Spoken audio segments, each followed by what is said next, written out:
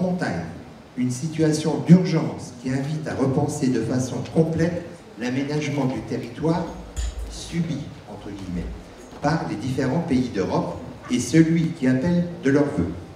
La montagne est aussi un laboratoire de l'aménagement des territoires à l'échelle européenne. Alors, les intervenants, ce que je vous propose, entre 10 et 20 secondes, chacun va se présenter, comme ça vous allez pouvoir identifier, entre guillemets, celui ou les deux que vous ne connaissez pas encore. Donc, chacun 20 secondes. Merci. Vous pouvez rester assis. Oui, je veux bien. Donc, merci Stefano Agnelli, Eutelsat, opérateur de satellite. Je suis directeur du développement des marchés institutionnels. Bonjour, Jérôme Capron, je suis directeur des relations avec les collectivités locales sur la Haute-Savoie, donc je suis le représentant institutionnel d'Orange sur le territoire basé à Annecy. Bonjour, Thierry Ivano, Alcatel-Lucent, directeur des affaires publiques pour les collectivités locales. Et puis en même temps, petite particularité, je suis directeur d'établissement à Lannion, terre de télécom en Bretagne. Bernard Croze, directeur des relations régionales pour le groupe SFR et travaillant pour SFR Collectivité, donc en charge des relations avec les collectivités, en charge des relations externes et également je m'occupe de communication. Alors j'ai une particularité quand même, c'est que je remplace mon homologue de Centre-Est qui n'a pu être présent et moi je viens de la région Méditerranée. Mais je vous rassure, en région Méditerranée, nous avons également des massifs montagneux importants. Bonjour, je m'appelle Paul Muller, j'appartiens à NetNew. NetNew, c'est un opérateur de services de proximité. On va vous en parler un peu plus tard. Je pense être l'inconnu de la salle. Bonjour, je suis Christine Aymar, la directrice de l'Association nationale des maires des stations de montagne, qui a pour particularité de fédérer un peu plus de près de 110 communes qui sont support d'une centaine de stations de ski. Voilà. Jean-Paul Aboudry, bonjour plutôt, Jean-Paul Aboudry, je suis sénateur et président d'un syndicat de communes qui agrège le département de la Haute-Savoie et qui est l'auteur à la fois du schéma départemental d'aménagement numérique de ce département et qui d'autre part porte le projet de réseau d'initiatives publiques sur une grande partie de ce territoire. On reviendra sur le détail si cela est souhaité. J'ai eu beaucoup de plaisir à préparer cette table ronde avec eux. Je peux vous dire qu'ils ont beaucoup travaillé. Bon, malheureusement, on va devoir accélérer pour que vous puissiez vous exprimer. Donc, ce que je leur propose simplement maintenant, c'est à chacun d'entre eux, entre 5 à 7 minutes, de développer le sujet qui nous réunit et bien sûr de présenter leur offre respective. Alors, c'est à moi de commencer, c'est toujours le rôle difficile, mais je veux bien. Surtout que finalement, quand j'étais venu, j'avais préparé un peu de discours d'introduction, mais finalement, les interventions précédentes ont déjà fait cette introduction. Et donc, je vais directement au point. Premier point soulevé par les interventions précédentes, l'investissement. L'investissement et le financement. Bien, sachez que Eutelsat a lancé, depuis plus qu'un an, un satellite qui a coûté 350 millions, mais pas un rond aux contribuables. Donc un satellite entièrement financé par l'argent privé qui permet de desservir 1 million de personnes en Europe et, disons, jusqu'à 200 000 personnes en France.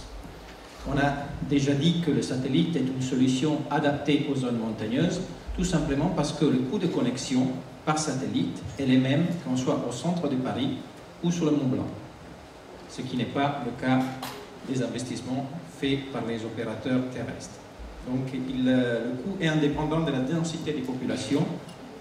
L'autre point fort du satellite dans ce contexte, et qui a été souligné par certains des intervenants, c'est la rapidité d'intervention. C'est-à-dire, une fois que le satellite est lancé, ce qui est le cas, on peut avoir une connexion jusqu'à 18 mégabits par seconde. On la demande aujourd'hui, on la demande. Il ne faut pas prévoir beaucoup de génie civil pour ça. Donc ces deux éléments sont, à mon avis, très importants. Qu'est-ce qu'elle est donc le point fort de la solution satellitaire qui s'adresse donc aux zones, on a parlé tout à l'heure dans l'intervention de M. Dupuis, de 4 ou 5%, qui en France revient à 2%, grosso modo, de personnes non connectées. quels sont les points forts de l'investissement satellitaire? Encore une fois, et ça c'était cité dans l'intervention de la Commission européenne, exploiter une infrastructure existante. Il ne s'agit pas de faire un investissement vers une nouvelle infrastructure, il s'agit d'habiliter l'utilisation de quelque chose qui est déjà en place. Cela a un gros avantage pour ce qui concerne la certitude des temps de la fourniture de services. On ne part pas des promesses. Moi j'entends toujours des élus dire « Ah oui, il y a l'opérateur », et ça, pas uniquement en France. Je travaille pour l'Association européenne des opérateurs satellitaires, donc je travaille partout en Europe. Et j'entends plein d'élus qui me disent « Ah oui, l'opérateur national m'a promis la connexion dans 6 mois, je repasse un an après, m'a dit il m'a promis dans 6 mois encore ». C'est normal. Nous savons que nous sommes dans une période de crise. Les investissements des opérateurs doivent respecter des règles bien précises, dictées par les actionnaires.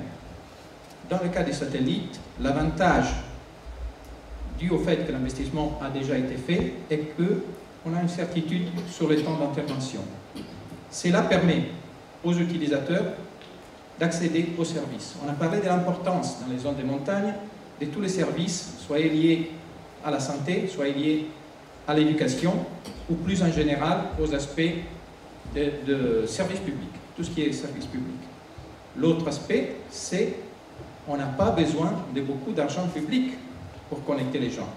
Le coût qui doit être affronté pour compléter la connexion satellitaire est l'achat et éventuellement l'installation d'un terminal utilisateur, une petite antenne et un modem. Ça représente un coût, disons, de 300 à 500 euros. Par ailleurs, grosso modo, la moitié des régions de France sont à mesure, et font aujourd'hui, de financer ce type d'investissement. Vous regardez dans les sites de certains des partenaires qui sont présents sur le stand, vous verrez les différentes régions de France et les régions dans lesquelles on peut bénéficier de ce type de financement. Donc la question est simple. On a un objectif. Donner à tout le monde l'accès à l'Internet. On a un calendrier 2013 fixé par la Commission européenne. On a des besoins bien présents. Les besoins ne sont pas seulement en ville, ils sont présents dans les zones rurales et à la montagne. Donc, et on a des fonds. Les éléments sont là, réunis, pour qu'une solution puisse être mise en place aujourd'hui. Et je crois qu'avec ça, moi, je terminerai mon intervention. Il est clair que ce n'est pas une intervention qui remplace la fibre ou le LTE. On sait très bien aujourd'hui, parce qu'on a fait la cartographie de France, on connaît la densité des populations, on sait très bien là où la fibre a un avantage compétitif en termes de coût-bénéfice, au nombre de connexions possibles. On sait très bien quelles sont les zones, des zones de prédilection pour les techniques wireless, et on sait très bien quelles sont les zones satellitaires.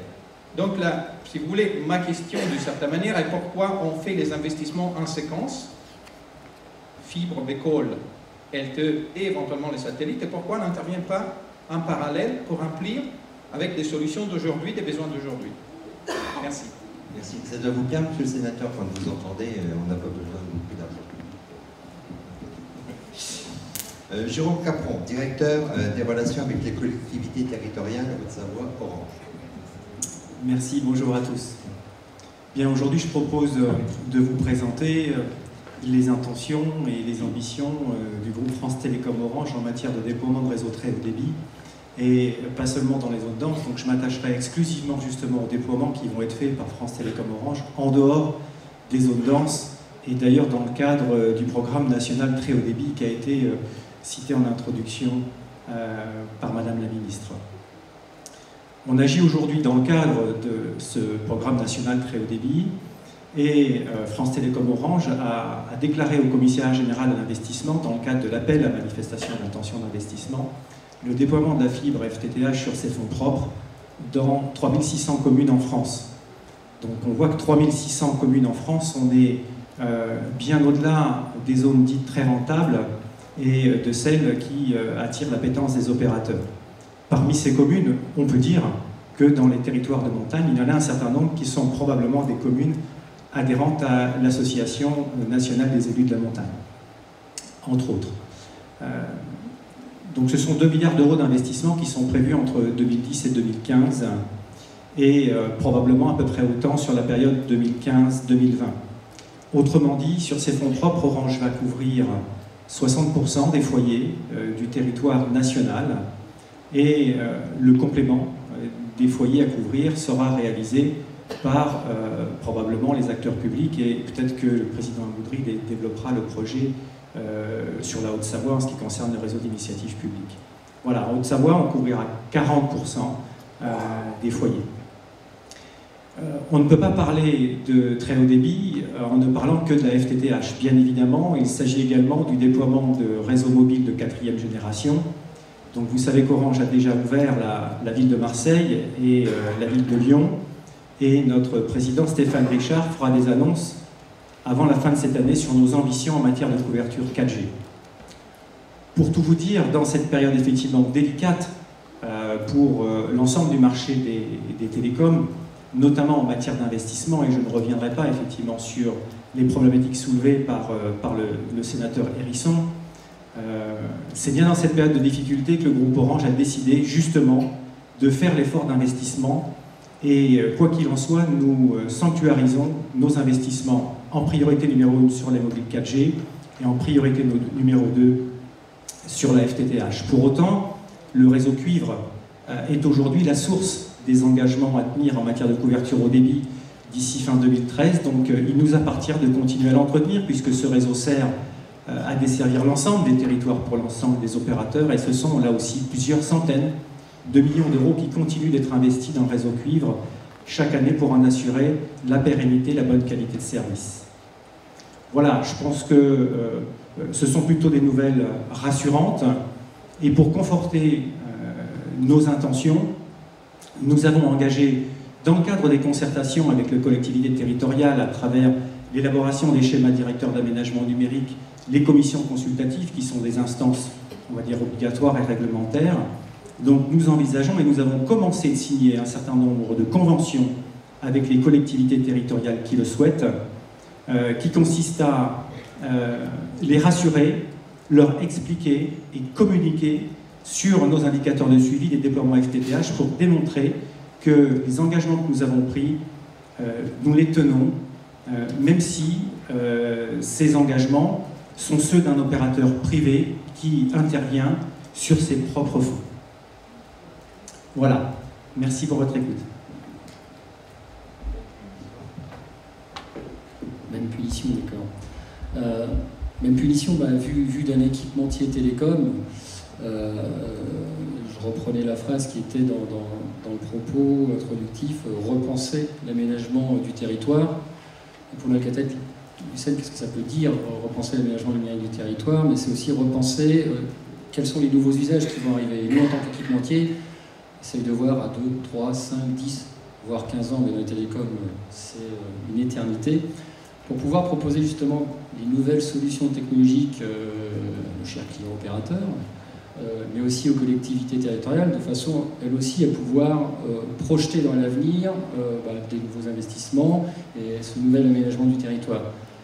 Donc pour nous, pardon de vous interrompre, mais pour vous aider, on voit très bien tous les besoins en télésanté, en télémédecine, en domomédecine, et sur les aspects touristiques, toutes les attentes. J'y viens. Donc effectivement, ce qui est déjà important, c'est de savoir que les usages existent déjà et on s'aperçoit, une petite anecdote, je dirais, le DSL, Alcatel Lucent, a technologiquement fortement contribué à l'avènement du DSL. Mais si on se souvient, au début des années 2000, à l'époque, le PDG Serge Suruc avait dit on pourra regarder la télévision sur le réseau téléphonique. Soit on prenait pour un fou, ou soit un visionnaire.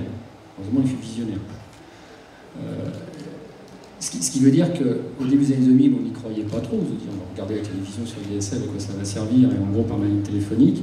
Je dirais qu'aujourd'hui, on est toujours dans le même état d'esprit de savoir quels sont les nouveaux usages et donc les innovations qui vont arriver. Et donc, au final, les technologies qu'il va falloir déployer aujourd'hui, déjà, pour penser demain, vu les montants et les délais d'investissement. Il faut savoir quelques données, par exemple.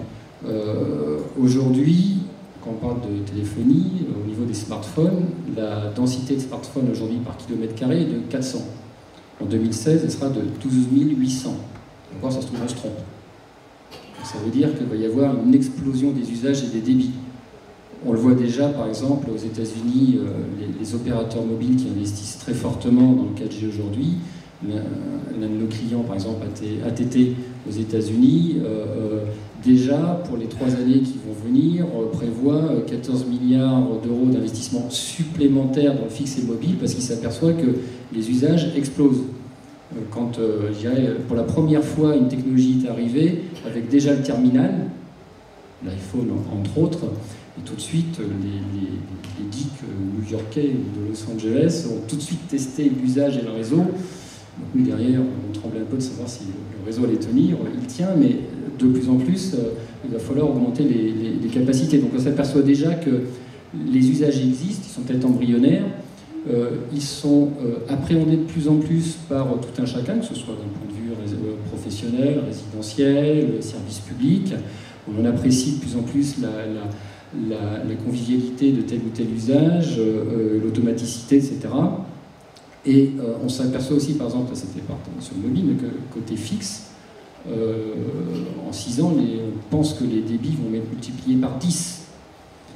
Donc on s'aperçoit qu'il va falloir, nous on le voit, trouver de nouvelles technologies, parce que même sur la fibre optique, on est déjà en train de penser aux générations futures. Alors qu'on n'a même pas encore exploité peut-être totalement le cuivre, parce qu'on pense déjà aussi à l'exploiter encore plus fortement, pour pouvoir apporter ce mix de solutions technologiques, qu'il soit cuivre, qu'il soit fibre, ou qu'il soit mobile. Et au final, on dirait ce n'est pas peut-être d'apporter du débit, du très haut débit, du haut débit, mais c'est d'apporter l'usage sur n'importe quel type de terminal. On en a parlé assez longuement dans les propos introductifs, puisque maintenant on consulte son usage aussi bien sur son PC, sur sa télé, sur son smartphone, sur sa tablette, voire des fois plusieurs à la fois. On consulte différents usages, et l'usage est de plus en plus vidéo aussi. Quand on parle vidéo, c'est pas simplement téléchargement de vidéos, de films et autres. On peut le retrouver dans le domaine médical. Par exemple, je suis basé en Bretagne, donc ça dépasse pas 300 mètres d'altitude, les monts d'arrêt. Pour atteindre les 2000 mètres, il va falloir une grande tour. Mais on a travaillé, par exemple, avec une société qui développe des caméras pour voir quel était l'usage qu'on pouvait en avoir dans le domaine médical et premiers secours en utilisant le réseau 4G, puisqu'on a des licences expérimentales en ce moment sur le site de Lannion, qui permettrait, alors si on l'adapte dans le domaine montagnard, où en janvier-février, quand tous les Parisiens arrivent, se cassent souvent la jambe ou autre chose, mais ça peut être un usage où là on a besoin du très haut débit mobile, parce que via une caméra vidéo, les premiers secours peuvent peut-être filmer ou prendre une radio, ça se trouve je dis n'importe quoi comme usage, mais il va sûrement venir, le transmettre en 4G, mais le médecin va avoir besoin de la fibre optique ou le premier secours pour avoir accès à une image de qualité de façon à donner un premier diagnostic. C'est un usage parmi tant d'autres, mais qui va nécessiter la mise en œuvre de différentes technologies et donc un aménagement du territoire en conséquence pour ce type d'usage par exemple. Ce qu'il faut retenir surtout, c'est que on s'aperçoit de plus en plus que le très haut débit, qu'il soit fixe ou mobile, c'est pas qu'une question simplement de débit qui augmente, c'est de plus en plus aussi des débits qui sont symétriques, il ne faut pas l'oublier, ou même quand le débit est un peu plus faible que les 10 ou 50 mégas, mais aujourd'hui en DSL, on n'atteint pas ces 10 mégas symétriques partout. On peut dans certains cas. N'oublions pas donc, que les débits doivent être symétriques et dans certains cas avoir des temps de réponse très très faibles, la latence en particulier, sur des usages par exemple médicaux. Et cette combinaison des nouvelles technologies mobiles, 4G, LTE, je dirais, on réfléchit déjà, et Orange aussi, au niveau labo, à la 5e génération, on n'a pas encore déployé la 4e génération, mais d'un point de vue, d'un point de vue recherche, pour nous équipementiers, c'est important déjà de penser à l'avenir. On s'aperçoit que voilà, débit croissant, symétrie des débits et une latence très, très faible, enfin, donne un champ des possibles au niveau des usages qui va être phénoménal. Et je pense que, comme je l'ai dit tout à l'heure, la télé sur le DSL, personne n'y pensait. Une anecdote, alors elle est maritime, désolé si c'est en Bretagne, mais en discutant avec le président de l'agglo de Lorient, en présentant la 4G, il m'a dit tiens, tout d'un coup je pense à un usage, je vais surveiller mes parcs à vitres avec de la vidéo, très haut débit, autre. Bon, c'est peut-être farfelu, mais peut-être pas. Voilà, ouais, tout à fait. Ouais. Alors justement, moi je suis tenté de vous demander, est-ce qu'il y a dans le monde des services, des équipements que vous avez vendus et qui n'existent pas encore en France? Des équipements que nous avons vendus qui n'existent pas encore en France, en même temps qu'entre autres Orange déploie maintenant massivement le LTE, avec des équipements avec Lucent, entre autres. Oui. Donc, ma question, c'est aussi, est-ce qu'il y a des pays d'Afrique auxquels on ne pense pas forcément, ouais, qui ont une par avance, exemple, entre guillemets? Par exemple, il y a un pays en Afrique, alors je ne veux pas me tromper, je ne sais plus si c'est le Ghana, mais qui vient de passer à des solutions dites de e-gouvernement.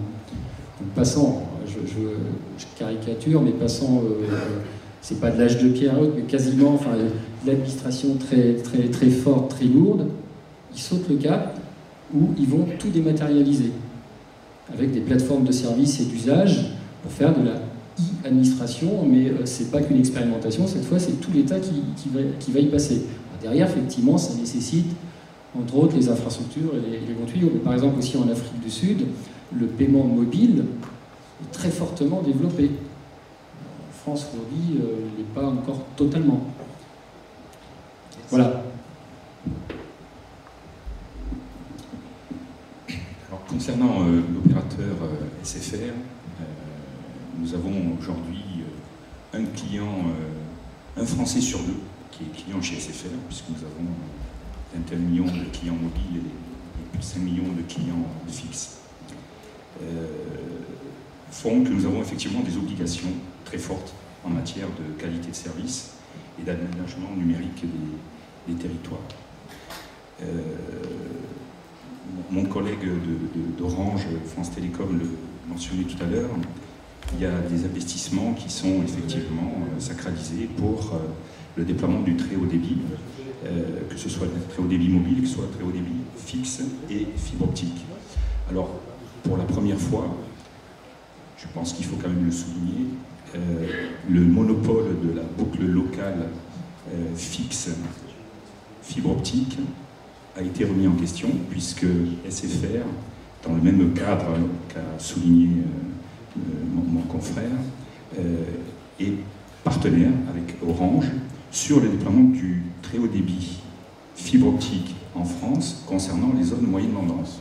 Alors il y a un distinguo, je vous le rappelle, c'est très important, et on viendra ensuite à l'aspect qui vous concerne concernant les zones de montagne, mais sur les zones très denses qui concernent les grandes villes françaises, en gros 140 grandes villes, agglomérations françaises, les opérateurs déploient leur réseau fibre optique en concurrence par les réseaux. Donc, ce qui engendre des investissements très très lourds pour les opérateurs. On peut trouver parfois sur certaines grandes villes 3 réseaux d'opérateurs. En tout cas, il y en a toujours 2, ceux de France Télécom et ceux d'Orange. Donc, un cumul d'investissements qui aurait pu, me semble-t-il, mais là, on suit la réglementation qui nous gère, ça aurait pu être évité. Ça aurait pu être évité et on aurait pu reconduire ce qui s'est fait exactement sur les zones moyennement denses, c'est-à-dire des investissements par la mutualisation des réseaux. Et donc l'accord qui a été conclu entre Orange et SFR, qui avaient été les 2 seuls opérateurs à soumettre une intention d'investissement auprès du Commissariat général à l'investissement, ont fait qu'il nous a été demandé de nous rapprocher pour déterminer quelles étaient les villes sur lesquelles telle ou telle allait déployer en leader la fibre optique et certains endroits où nous allions partager nos investissements. Ce qui fait que sur l'accord a porté sur 9 800 000 logements zone moyennement dense et SFR en assure 2 300 000 en leadership. Pour autant, il y a des accords de co-investissement qui obligent SFR et Orange à déployer leur réseau sur l'ensemble des zones moyennement denses et d'adresser 11 millions de foyers pour Orange et 9 800 000 pour SFR. Ensuite, eh bien, ce programme doit couvrir 60% des besoins de la France en termes de foyers couverts. Il reste les 40% à adresser. Ces 40% concernent bien évidemment les zones de montagne, les zones rurales également. Et pour ce faire, il y a nécessité d'avoir un investissement de l'État et des collectivités. Les modèles les plus connus aujourd'hui sont les RIP. Et je dois dire qu'à ce niveau-là, SFR est un acteur important dans le domaine des RIP, puisque nous sommes le leader national au travers de notre filiale SFR Collectivité, puisque nous avons déployé et commercialisé 25 RIP au niveau national. Donc ça fait vraiment partie de notre ADN et donc de la collaboration et du partenariat que nous nouons et que nous savons nouer avec les collectivités pour les accompagner dans ce déploiement. Concernant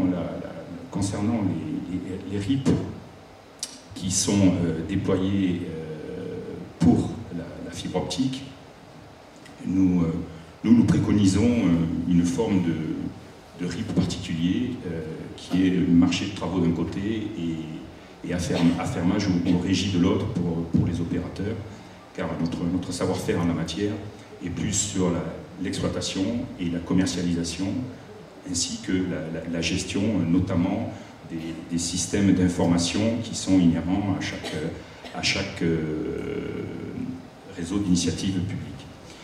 Pour corroborer mon propos, SFR a déjà déployé dans des zones de montagne des DSP et des RIP, je pense notamment dans les Pyrénées-Atlantiques, sur l'Ariège, où nous sommes opérateurs de réseau, et non seulement opérateurs de réseau, mais également clients, puisque je tiens à souligner qu'en 2011, le chiffre d'affaires des RIP était d'environ 250 millions d'euros, et SFR était client à hauteur de 150 millions d'euros. Ce qui fait que nous sommes le premier client des réseaux d'initiatives publiques en France. Et nous serons bien entendu toujours clients de ces RIP, peut-être un peu pour s'affranchir de la tutelle de nos confrères, mais pour des raisons également économiques et d'indépendance bien comprises.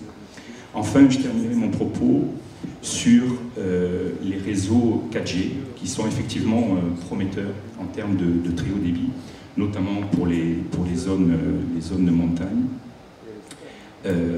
Bien sûr, économiquement, on a toujours été présent sur les zones de montagne très tôt, puisqu'on a déployé dans les années 90 nos premiers réseaux mobiles en zone montagneuse, dû à l'attractivité économique de ces territoires, notamment à travers des stations de ski et des besoins en infrastructures touristiques et hôtelières.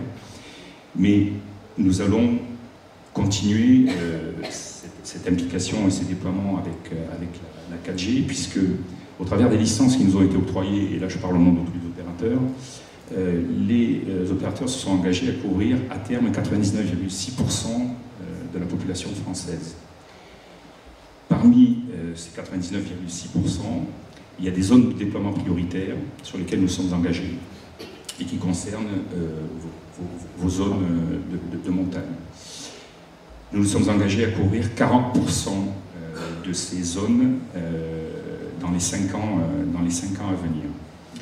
C'est pas négligeable, d'autant que pour qu'un site radio 4G puisse fonctionner, il est indispensable que nous ayons de la fibre optique pour le câbler.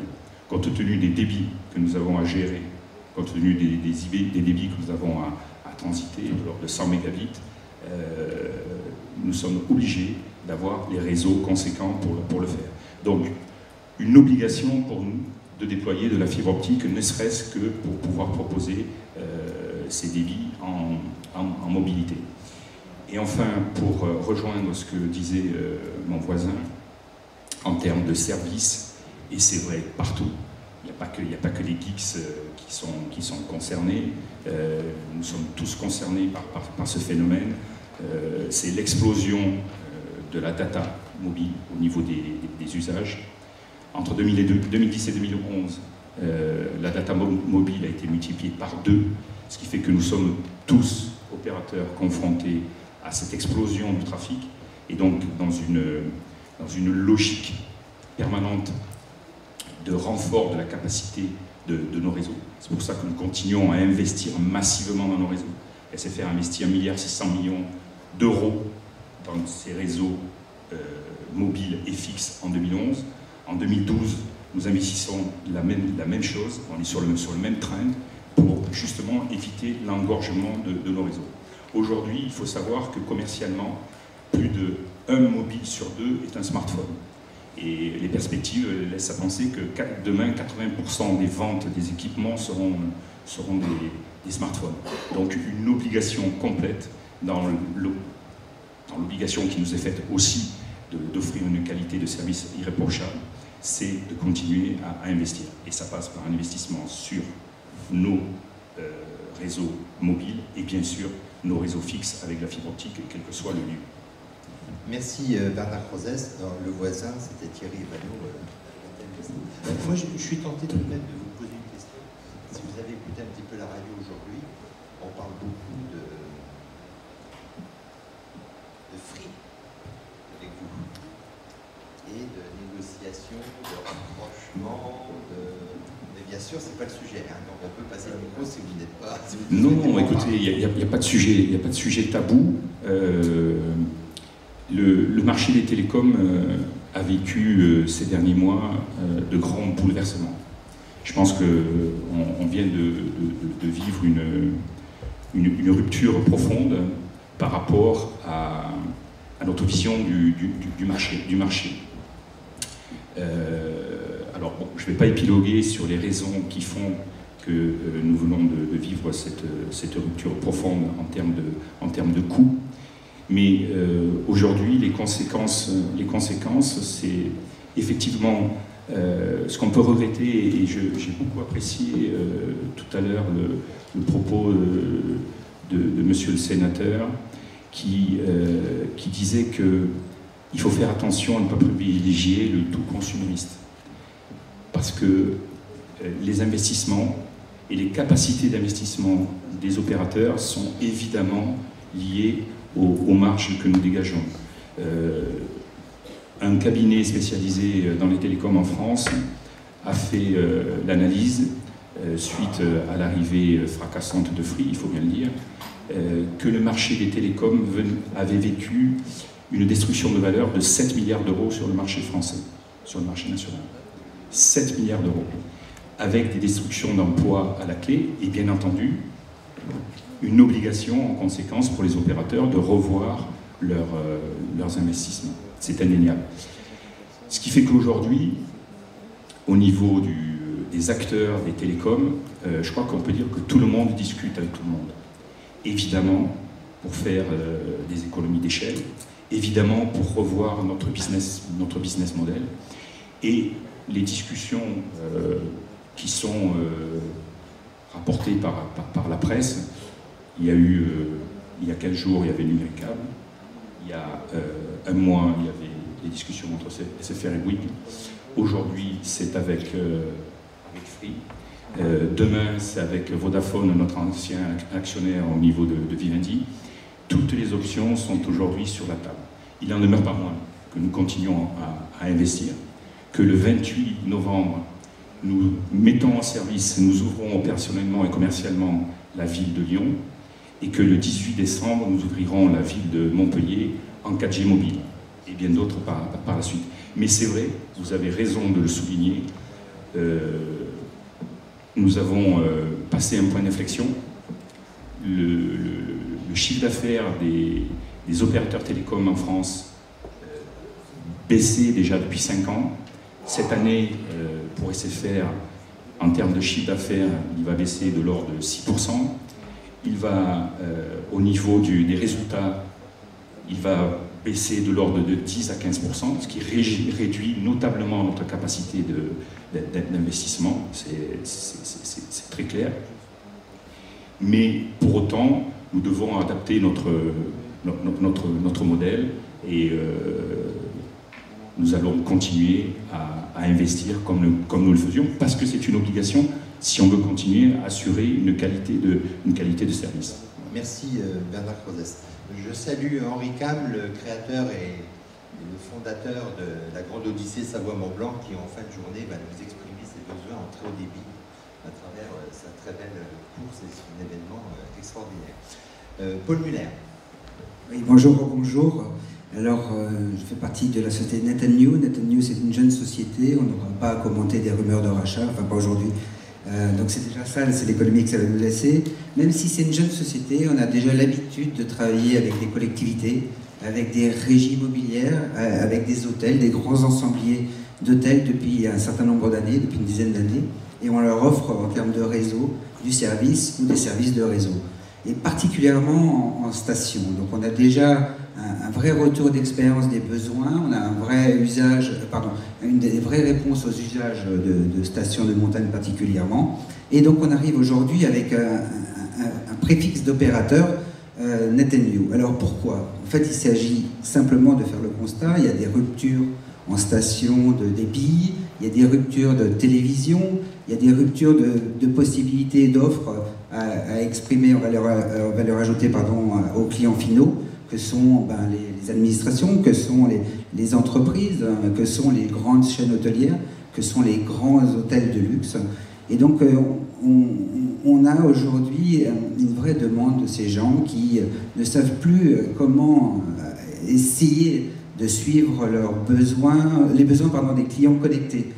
Les clients le sollicitent sans cesse, ces hôtels, ces administrations, ces grandes collectivités, pour justement rester connectés, pour être suivis et connectés. Et aujourd'hui, il n'y a pas de réponse.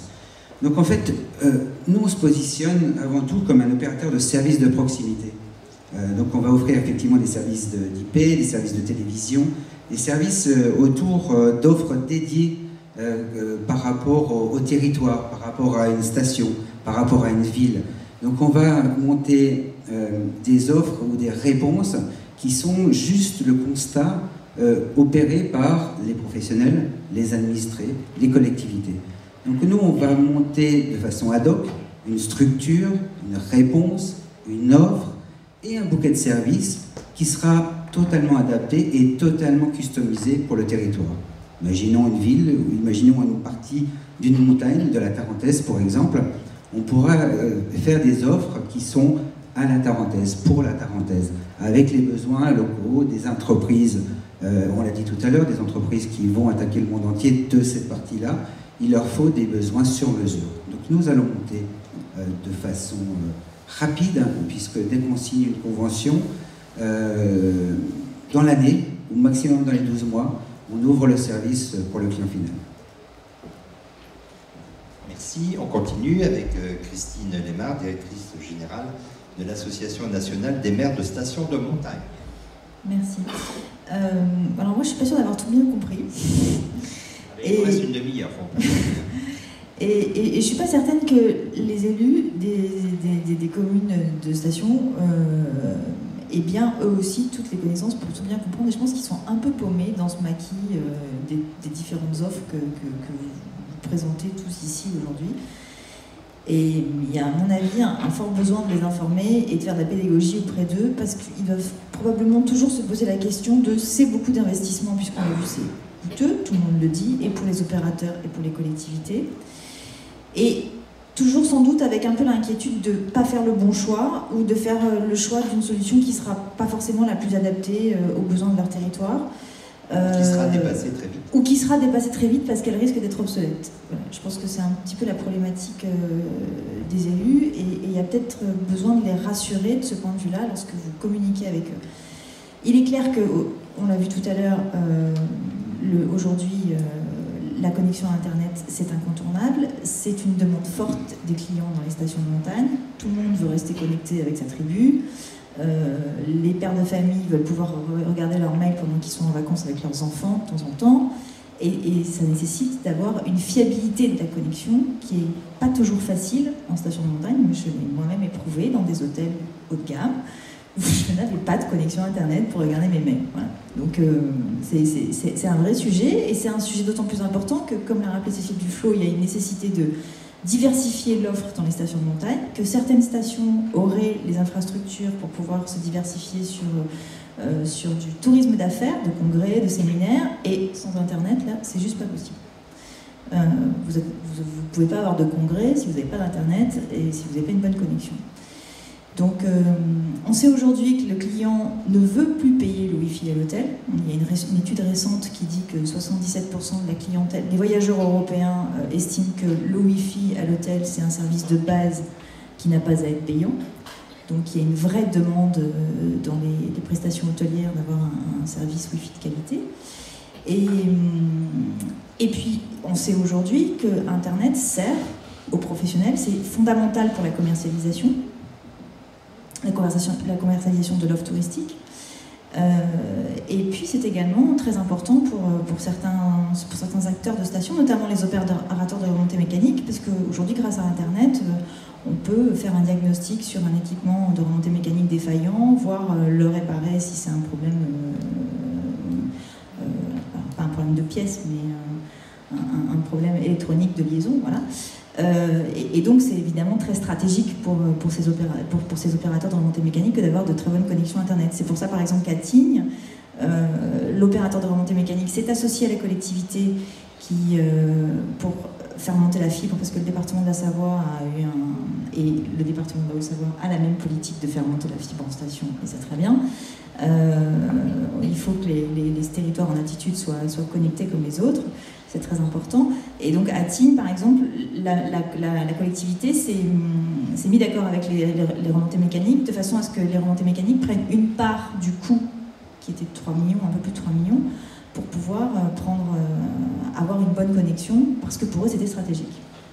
Voilà. Donc, mais je crois qu'il faut essayer de faire un petit peu plus simple avec les élus, parce que je suis pas sûre qu'ils arrivent à comprendre toutes les subtilités qui se cachent derrière les mots, et je pense qu'ils ont effectivement eu égard au coût important, toujours un peu la crainte de ne pas faire le bon choix. Christine, pardon, puisque vous avez osé dire il y a des choses que j'ai un peu de mal à comprendre, est-ce que vous avez une question très précise, oui, alors, par exemple, qui demande un décryptage alors, par rapport à ce que vous avez entendu? Alors, on est sur des territoires où le climat, il y a parfois beaucoup de vent, il y a de la neige. Alors, est-ce qu'il y a une technologie qui est plus fiable que d'autres de ce point de vue-là, et qui est moins sensible, j'ai envie de dire, aux aléas climatiques? Et oui ou non, j'en sais rien. Enfin, je veux dire, ou est-ce que j'imagine que chacune a ses avantages et ses inconvénients. C'est peut-être des choses qui sont importantes à développer pour aider les élus dans leur choix. Bon, président du CIAN, monsieur le sénateur, moi ce que j'aimerais, c'est effectivement que vous nous expliquiez un petit peu ce que nous avons fait tout à l'heure dans la vidéo que nous avons réalisée ensemble, c'est-à-dire comment vous vivez aujourd'hui concrètement toutes ces questions et les décisions que vous êtes amenés à prendre au niveau du territoire, et aussi, puisque qu'attendez-vous du politique, de l'Europe et aussi des opérateurs? Merci. Je vais, bonjour et bonsoir à toutes et à tous, dire en 2 mots pourquoi je suis là. Je suis président du CIAN, alors on sait ce que sont les entreprises qui ont été présentées, les associations. Le CIAN, pour celles et ceux qui ne seraient pas de Haute-Savoie, c'est le syndicat de l'aménagement numérique et de l'énergie. Et donc c'est un syndicat mixte qui agrège le Conseil général, les communes de Haute-Savoie, et qui donc fait de l'électricité, du réseau électrique depuis les années 50. Voilà 3 ans, 4 ans, la question s'est posée par un certain nombre d'élus de la rive lémanique sud et du Genevois français de déployer la fibre optique. Donc des études ont été lancées, elles se sont rapidement heurtées au pouvoir public qui leur disent pour le moment, rien n'est possible sur de petits secteurs territoriaux, présenter un projet au moins à l'échelle départementale. Donc la question est remontée, elle est venue devant le Conseil général, elle est venue devant le syndicat que je préside, et nous avons dit, entre le président du Conseil général et moi-même et nos équipes, qu'est-ce qu'on fait? Est-ce que c'est le département qui porte ou est-ce que c'est le syndicat? Le département a dit, nous souhaitons que vous portiez ce projet et nous on vous aidera financièrement et on vous facilitera la vie du point de vue opérationnel de manualité et autres. Donc on est parti comme ça, début 2009, on a lancé les études, les besoins en Haute-Savoie, et on a vu une très forte expression de besoins et surtout de diversité de services. Donc les études sont parties, j'essaie de dire vite ce à quoi nous sommes arrivés. Nous sommes partis sur une étude qui couvrait pratiquement toutes les communes de Haute-Savoie, hormis 2 qui correspondent à des régies d'électricité, Bonneville et Sallanches, et qui donc ont aujourd'hui leur initiative publique. Bien, à quoi s'ajoute aujourd'hui Chamonix. Donc nous avons 3 territoires avec des projets publics indépendants de celui du ciel.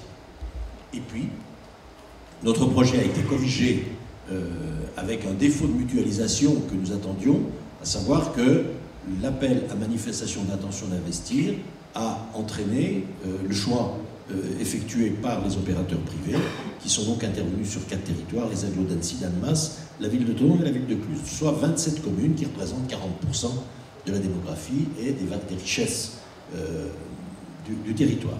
Un mauvais coup, j'allais dire, pour la partie péréquation et mutualisation. Alors, est-ce que 27 communes sur 294, c'est aussi un laboratoire?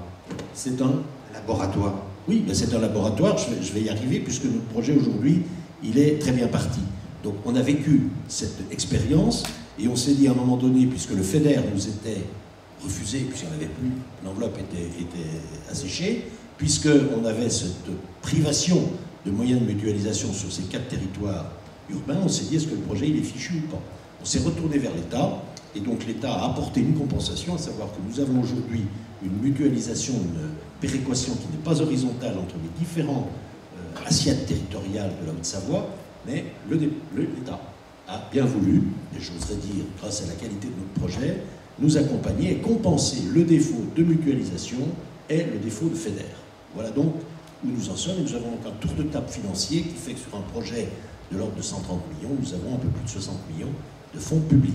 Le reste, ce sera l'affaire de l'exploitation, du fermier et des opérateurs, puisque je précise que ce projet, ce réseau est un réseau public, que nous n'avons ni l'intention, ni l'ambition, ni la possibilité d'être des exploitants de réseau.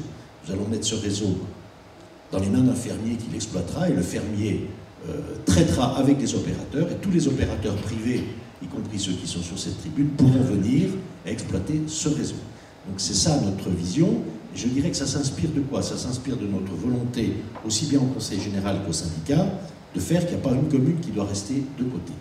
Et pour ma part, si nous arrivons à je serais heureux si nous arrivons à cet objectif, d'avoir, comme cela est prévu sous 5 ans, une tête de fibre par commune. Une tête de fibre par commune. Je ne dis pas que nous irons desservir avec la fibre toutes les extrémités. Et c'est là que, du point de vue technologique, nous avons une complémentarité à mettre clairement, aussi clairement que possible, sur la table. Mais c'est notre objectif, comme nous l'avons fait pour l'électricité, nous voulons le faire pour la fibre.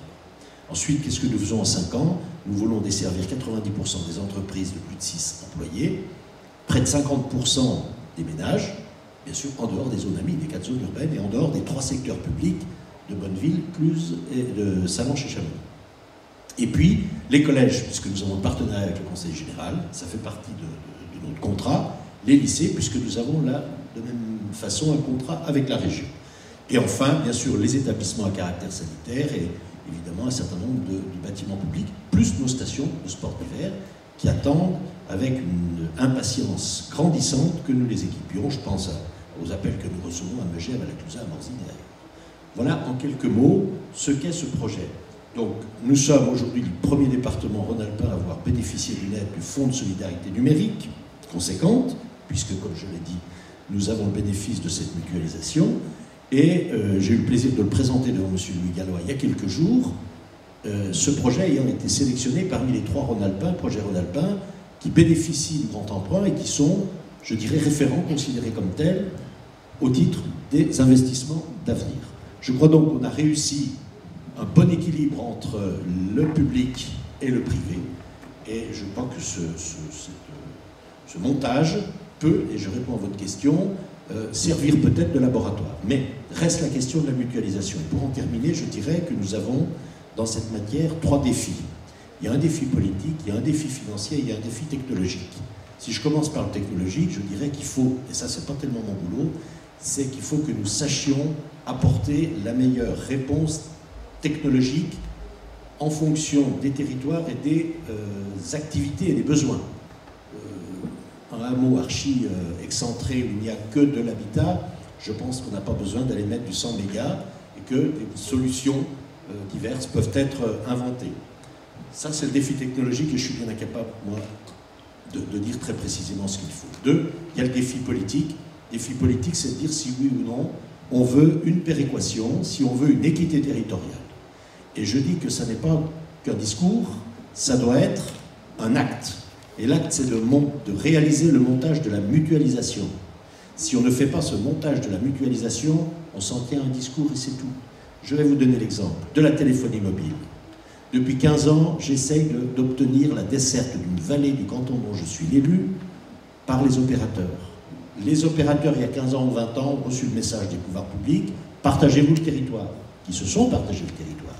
Et ils l'ont fait de telle sorte qu'il y a des vallées aujourd'hui et des secteurs de Haute-Savoie où il n'y a pas la téléphonie mobile. Et moi, je ne veux pas que nous allions avec la fibre vers des abandons de territoire de cette façon. Voilà. Donc là où on ne mettra pas de la fibre, il faudra qu'on ait ou du satellite ou autre chose, mais il faut, nom de chien, qu'on arrive à couvrir ce territoire et qu'on ne laisse pas à l'abandon certains aspects, certaines vallées, comme c'est encore le cas aujourd'hui en montagne. Et je m'adresse, messieurs, à vous, une fois de plus, pour tenter d'obtenir ce que nous attendons dans la commune du Bouchet-Montcharvin. Dernier défi, et le politique, c'est ça, et puis il y a le défi financier, il est lié au politique. Est-ce que le législateur, j'en fais partie, donc je prends cette interrogation à mon propre compte, est-ce que le législateur sera capable, malgré ce que vous avez dit des difficultés d'investissement actuelles, et on les comprend, est-ce que le législateur saura trouver le moyen d'assurer, non pas en Haute-Savoie ce que nous allons faire dans une phase 1 de 5 ans, mais au-delà, puisqu'on se bornera, nous, à 50% du FTTH, il restera des quantités d'habitants qui seront quand même dans des bourgades qui ne seront pas desservies. Qu'est-ce qu'on va faire? Est-ce qu'on les laisse ou est-ce qu'on trouve des solutions? Et là, c'est le problème du montage financier qui nous incombe à nous tous, citoyens français, et particulièrement ceux qui légifèrent. Voilà les défis, si vous voulez, et ce que nous pouvons attendre d'une rencontre comme celle d'aujourd'hui, c'est qu'on puisse se mettre d'accord sur certains de ces objectifs et faire remonter au centre de décision qui sont les nôtres des propositions de résolution, de conclusion, pour que nous avancions et que, notamment avec les rendez-vous européens, nous puissions apporter, nous Français, je dirais, des propositions qui soient fiables et constructibles. Déjà, à titre personnel, moi, je vous dis un grand merci d'avoir respecté le temps et pour la qualité de vos interventions qui étaient relativement claires et précises. Là, ce que je vous propose, c'est rapidement, en 2 minutes chacun, votre réaction par rapport à ce que vous avez entendu et éventuellement aux petites interpellations qui vous ont été faites directement ou indirectement. D'accord. 2 minutes chacun. Très rapidement, je pense après, que la meilleure réponse qu'on peut donner à certaines interrogations, notamment le point soulevé par Mme Lénard, c'est un exemple. Partons sur un exemple concret. Un exemple qui nous vient de l'autre côté des Alpes. L'Italie, vous avez cité justement Italie et France comme étant les nations qui ont des initiatives pour les montagnes. Alors, je reviens à un appel d'offres qui a été lancé en Piémont il y a déjà quelques années pour couvrir, un peu dans l'esprit que vous avez cité, toutes les mairies, connecter toutes les mairies à l'administration centrale. On parle de 200 mairies, parce que le Piémont est la région italienne qui a plus de mairies, compte tenu de l'ancien royaume de Savoie. Et donc sur 1000 mairies, il y en avait 200 qui n'étaient pas connectées. Ils ont lancé un appel d'offres qui était remporté par Eutelsat pour desservir ces mairies en satellite. Tout a très bien marché. Après, les investissements privés et publics ont amené de la DSL ou de la fibre à certains de ces mairies. Donc, avec la région Piémont, on s'est réunis et dit qu'est-ce qu'on fait justement de la partie satellite? Bien, on a pris les terminaux qui étaient déjà propriété de la région et on les a déplacés dans les refuges des montagnes. Donc, on a utilisé un investissement qui était fait, on l'a simplement déplacé, si vous voulez, dans les zones plus éloignées, les zones moins desservies. Et franchement, parfois on fait des grosses études marketing et on s'est dit à quoi bon desservir un refuge des montagnes? Est-ce que c'est uniquement pour mettre la webcam, donc avoir un aspect, si vous voulez, publicitaire et touristique? Eh bien, on a interrogé les gestionnaires de ces refuges des montagnes, ils ont dit non, non, cela nous a changé la vie. Ça nous a changé la vie parce que nous pouvons déjà récupérer tous les messages et toutes les réservations et ne pas descendre la ville la plus proche. nous pouvons créer des initiatives pour les seniors au cours de la semaine et non pas uniquement au week-end. Nous pouvons organiser des tours qui vont desservir tous les refuges les uns après les autres. Et donc, vous voyez bien, je crois que votre interrogation, au moins pour ce qui concerne les satellites, est-ce que c'est un investissement qui va durer dans le temps? La réponse est oui, dans la mesure où on peut réaffecter le même investissement à des utilisations diverses avec simplement un transport d'une petite antenne. Donc je pense que de ce côté-là, premièrement, c'est un investissement qui est très adapté dans les zones les plus difficiles d'accès, ça c'est une caractéristique intrinsèque du satellite, mais a une caractéristique de facilité des déplacements qui n'a pas d'équivalent dans les domaines d'infrastructures plus gros. Vous avez aussi un exemple, Orange.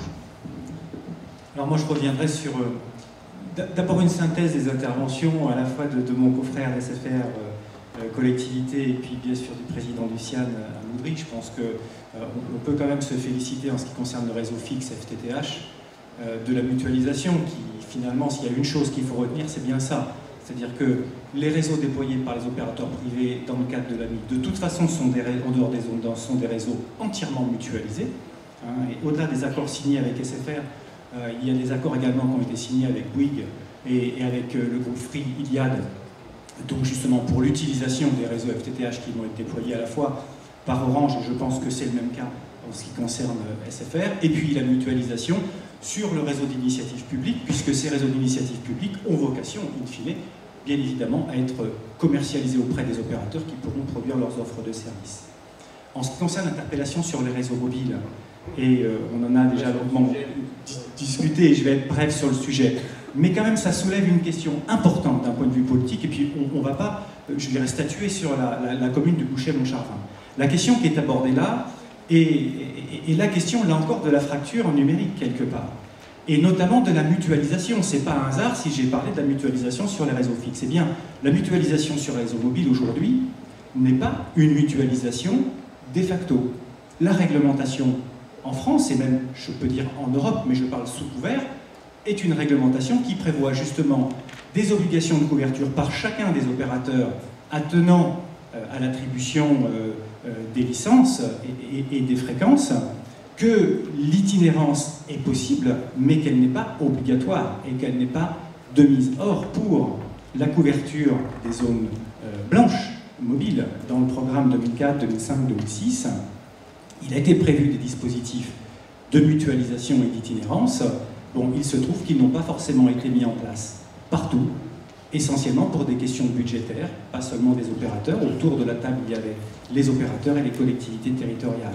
Mais il n'est jamais trop tard pour bien faire, et on peut se dire qu'avec les réseaux 4G, il y a un volet justement sur la mutualisation qui est prévu, et que là on pourra rattraper probablement ce retard. Thierry Evanou, Alcatel du Seine. Deux petites réactions. S'il faut expliquer le jargon de télécom, je suis prêt. Version courte. Mais alors là, ce sera trop long. Et vous pouvez dîner ensemble. Donc, il est vrai que les technologies évoluent tellement vite, voire des fois trop vite, même pour nous, qu'on peut se perdre. L'autre point concernant effectivement d'utiliser de la bonne technologie pour atteindre les usages au bon endroit. Alors, au-delà du satellite que nous ne maîtrisons pas, ou plus, à l'époque nous maîtrisions, on s'aperçoit effectivement de plus en plus la complémentarité qu'il y a entre le fixe et le mobile. Essayons effectivement toujours au maximum d'apporter une solution fixe, que ce soit via la fibre ou via le cuivre, puisqu'on sait qu'il y a une pérennité de l'utilisation de ces médias pour apporter toutes les souplesses dont j'ai parlé tout à l'heure. Et de plus en plus, on s'aperçoit aussi que le mobile est de plus en plus utilisé. Alors certes, faisons attention de ne pas dire qu'avec le mobile, on va faire tout ce qu'on fait en fixe. Il y aura une continuité d'usage. N'oublions pas que dans une cellule mobile, il y aura plusieurs utilisateurs. C'est toujours du bien de le rappeler. Mais de plus en plus, on s'aperçoit que cet usage mobile va s'appuyer des fois sur des box qui récupèrent en Wi-Fi, justement, ces débits pour un peu soulager les réseaux mobiles. Donc on voit que c'est pour repartir sur la fibre, effectivement.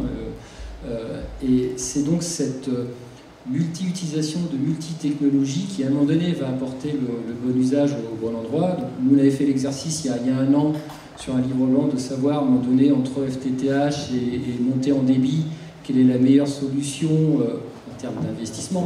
Technologiquement, on va dire, avec la fibre, on fait tout. Et on s'aperçoit, on a fait le cas d'ailleurs sur un territoire montagneux fictif. Après, chaque territoire, et même au sein d'un territoire, je dirais, quasiment d'une commune à une autre, ça change. Bon, on s'aperçoit qu'au final, tant qu'on peut le faire, c'est peut-être sur une échelle de 15 à 20 ans, peut-être dans le territoire montagneux, la fibre va arriver, mais des premiers investissements peut-être s'appuyant d'abord sur des réseaux cuivre dans un premier temps, plus du satellite, apportent déjà l'usage haut débit, voire très haut débit, avec un investissement moindre dans un premier temps, et ensuite on pourra le prolonger avec de la fibre. Donc, oui, la multitechnologie pour le multi-accès est très très importante. On continue. Je confirme l'évidence de la convergence des technologies.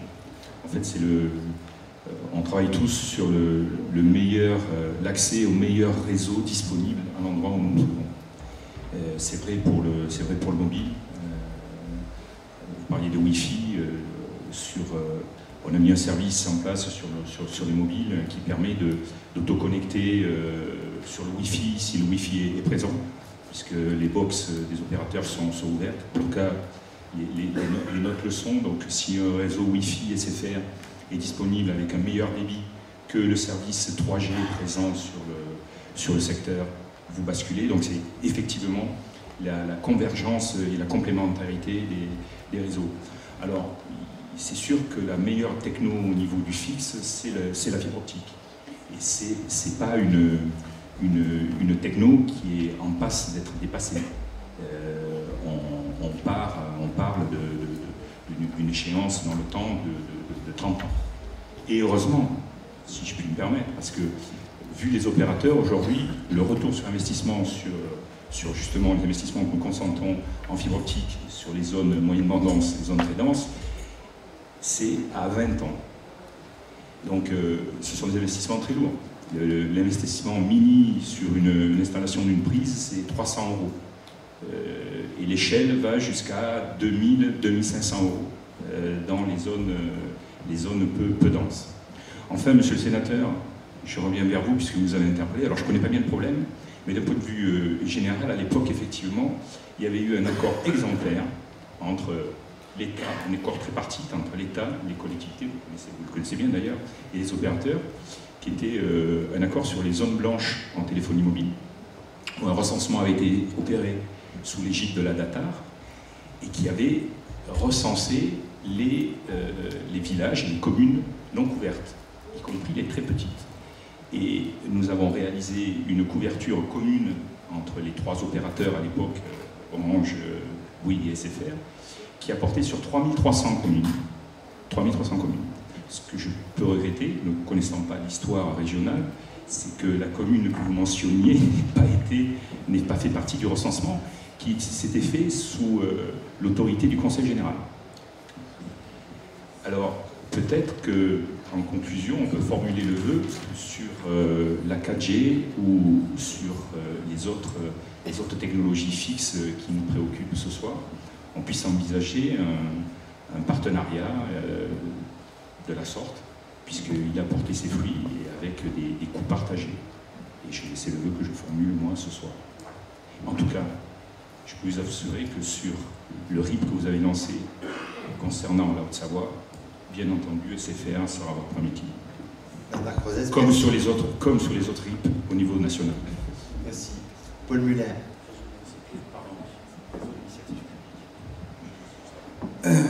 On a beaucoup parlé de téléphonie, Internet. Effectivement, il y a aussi des applications de télévision, des zones blanches, des ruptures sur la télévision. Il y a aussi sur la partie domotique, la partie on joint notre famille à distance.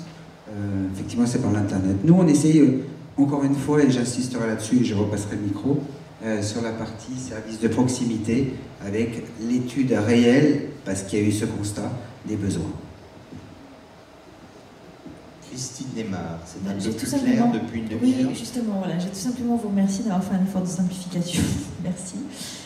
Je pense que c'est effectivement important. parce que voilà, simplement les élus, ils sont probablement soucieux de faire bon choix et compte tenu des coûts, c'est important de les rassurer. Merci. Bon, monsieur le sénateur, vous offrez votre temps de parole à la salle. Hein, merci. Non, si vous permettez, je dois simplement dire que les exemples que j'ai pris sont en aucune façon pour stigmatiser qui que ce soit, et je reconnais bien volontiers que les responsabilités sont très largement partagées entre le public, c'est bien.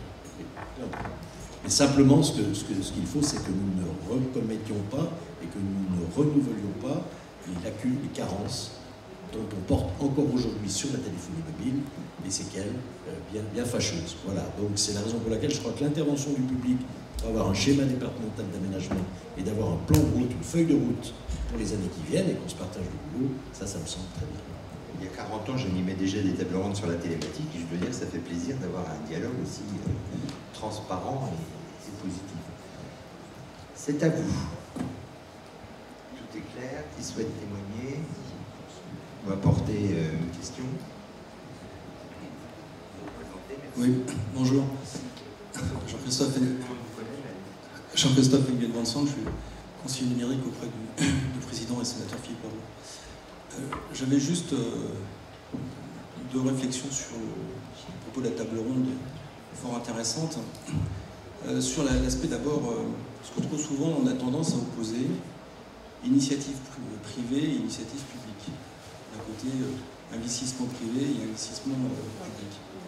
C'est pas totalement vrai, parce que ce qui est vrai, c'est qu'un réseau d'initiative publique, c'est une initiative publique. Mais que cette initiative publique, elle ne peut se faire sans des acteurs privés. Le président Ramondry, d'ailleurs, l'a bien dit. Il y a une partie de subvention qui est prévue, dans le cadre d'un marché de conception-réalisation, où la collectivité est propriétaire. Mais il y a des acteurs privés qui vont construire, exploiter et commercialiser. On n'est pas sur du 100% public. Comme le disait le représentant de l'Ain, il y a à la fois des coûts, mais aussi des recettes. Ça, c'est un premier sujet. Deuxième sujet, ce qui est important aussi, ça a bien été exprimé, c'est l'initiative publique au niveau global. Puisque, comme l'a rappelé le représentant de France Télécom Orange, aujourd'hui, alors on est d'accord, on n'est pas d'accord, mais c'est une réalité, c'est pas en cause, les zones d'appel à manifestation d'intérêt, d'investissement à intérêt, sont d'initiative de l'État au travers du programme national très haut débit. Donc on voit bien que les opérateurs privés se sont associés ou ont pris en compte une initiative de l'État au travers du programme national très haut débit dans le cadre des investissements d'avenir qui mettait en avant un élément important qui était de dire si vous vous engagez sur un périmètre qui est le vôtre, et là où vous vous engagerez, vous aurez entre guillemets la garantie qu'il n'y aura pas d'initiative publique où, le président André le sait bien, si jamais il devait y avoir une initiative publique, cette initiative publique ne serait pas soutenue par l'État. C'est un élément qui a été pris en compte, donc je crois que c'est important à le dire. Deuxième chose que je voulais indiquer, sur le volet de l'aménagement. Je prends que l'exemple de la montagne est important. Si on imagine, pas que je n'étais pas né, mais si on imagine au siècle dernier les paysages où aujourd'hui il y a une activité très spécifique à la montagne, ce sont les stations sport d'hiver. À l'époque, c'était des pâturages. Or, lorsque, j'imagine, les élus ont dit, il y a 80 ans, on va faire des stations de sport d'hiver, c'était pour faire de l'activité économique. C'était pour anticiper l'avenir, c'était pour anticiper la désertification, c'était pour que les gens restent au pays, j'imagine, sur ce volet-là. Mais pour faire, il a bien fallu avoir la conjugaison de l'initiative publique et des acteurs privés. C'est un binôme indispensable. Et pour pouvoir faire les stations de sport d'hiver, il a fallu construire des routes, amener de l'eau, du gaz, de l'électricité, comme aujourd'hui les infrastructures très haut débit. Et sur les infrastructures très haut débit, il y a un élément fondamental. C'est que les infrastructures très haut débit, ça ne se limite plus aujourd'hui à l'Internet. Le cloud computing, ce n'est pas uniquement de l'Internet. Et le cloud computing, c'est autant valable à Paris, à Annecy, à la Clusaz ou à Nantes. Et on est sur un élément fondamental, c'est qu'aujourd'hui, dans la convergence numérique, on est sur ce que moi j'appelle des besoins primaires. Des besoins primaires dont tout un chacun est en droit d'attendre, quel que soit l'endroit où il est. Ce qui fait que l'opposition urbain-rural n'existe plus dans la convergence numérique. Et juste dernière chose pour répondre à une interrogation du président Ramondry sur la téléphonie mobile. J'intervenais il y a 15 jours à l'Assemblée des départements de France, notamment par rapport à la problématique de la 4G. En faisait référence à la Convention, c'est la Convention ADF de 15 juillet 2003, et qui ne concernait que la 2G et la 3G. Moi, je vous indique, Président Amoudry, de reprendre, de demander à vos services qui vous ressortent les conditions d'attribution de ce qu'on appelle la licence 800 MHz, puisque sur les zones rurales, c'est 800 MHz qui est indiqué. Dans les conditions d'attribution de 800 MHz, en lien avec la loi de votre collègue Pinta du 17 décembre 2009, vous avez une obligation de couverture du territoire qui est fixée, ce qui fait que sur ces obligations 4G, vous avez 3 niveaux de couverture, nationale, départementale et les zones prioritaires. Sur les zones prioritaires, à 5 et 10 ans, vous avez effectivement une obligation à 5 ans à 40% et une obligation à 10 ans à 90%. Or, les communes qui ont été déterminées sur les zones dites prioritaires, de couverture prioritaire, sont les communes qui ont été recensées dans le cadre des zones blanches. Donc, à mon avis, à moins que je me trompe, la fameuse commune que vous évoquez doit faire partie de ces communes. Voilà. Merci pour cette contribution qui est enregistrée comme toutes les autres et qui fera partie des actes. Qui souhaite le micro? Il nous reste quelques minutes, profitez-en.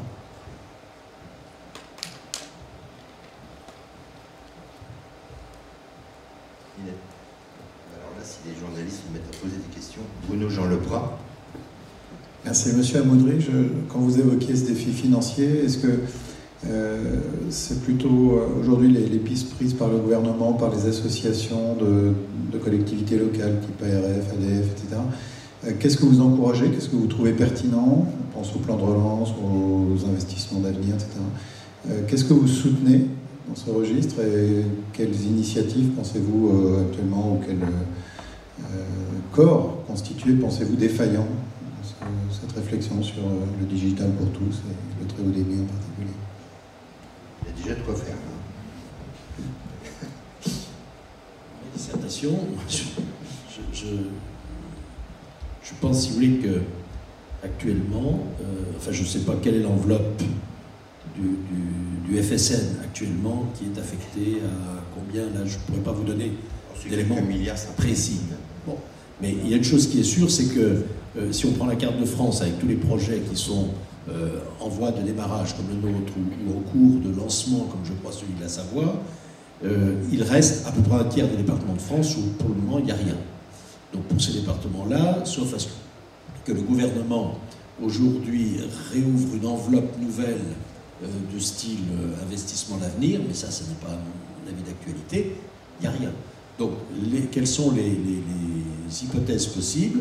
La première hypothèse, c'est la proposition de loi du nom de Leroy et Moret, mes deux collègues sénateurs, qui devrait arriver à l'Assemblée nationale assez prochainement et qui a pour ambition et pour volonté d'inscrire une possibilité de financement et d'alimenter le fonds pour l'aménagement numérique du territoire, créé par la loi Pinta, mais qui pour le moment est vide, quoi. Donc il faut alimenter ce fonds, et pour alimenter ce fonds, mon collègue Moret vous répondrait beaucoup mieux que moi, il y a plusieurs hypothèses. C'est un prélèvement minuscule, un peu à l'instar de ce qui est fait sur le kilowattheure, pour l'électricité, sur les abonnements Internet, ou sur des choses comme ça. Voilà. Donc actuellement, le Parlement travaille sur cette idée. Il reste à voir si Bercy suivra, reste à voir si le gouvernement reprendra à son compte ce type de solution. Voilà ce que je peux vous dire du point de vue des financements. Pour le reste... Sans oublier la commission où des appels à projets sortent régulièrement sur le numérique tout à fait. Et les développements des territoires. Pour les secteurs les plus denses.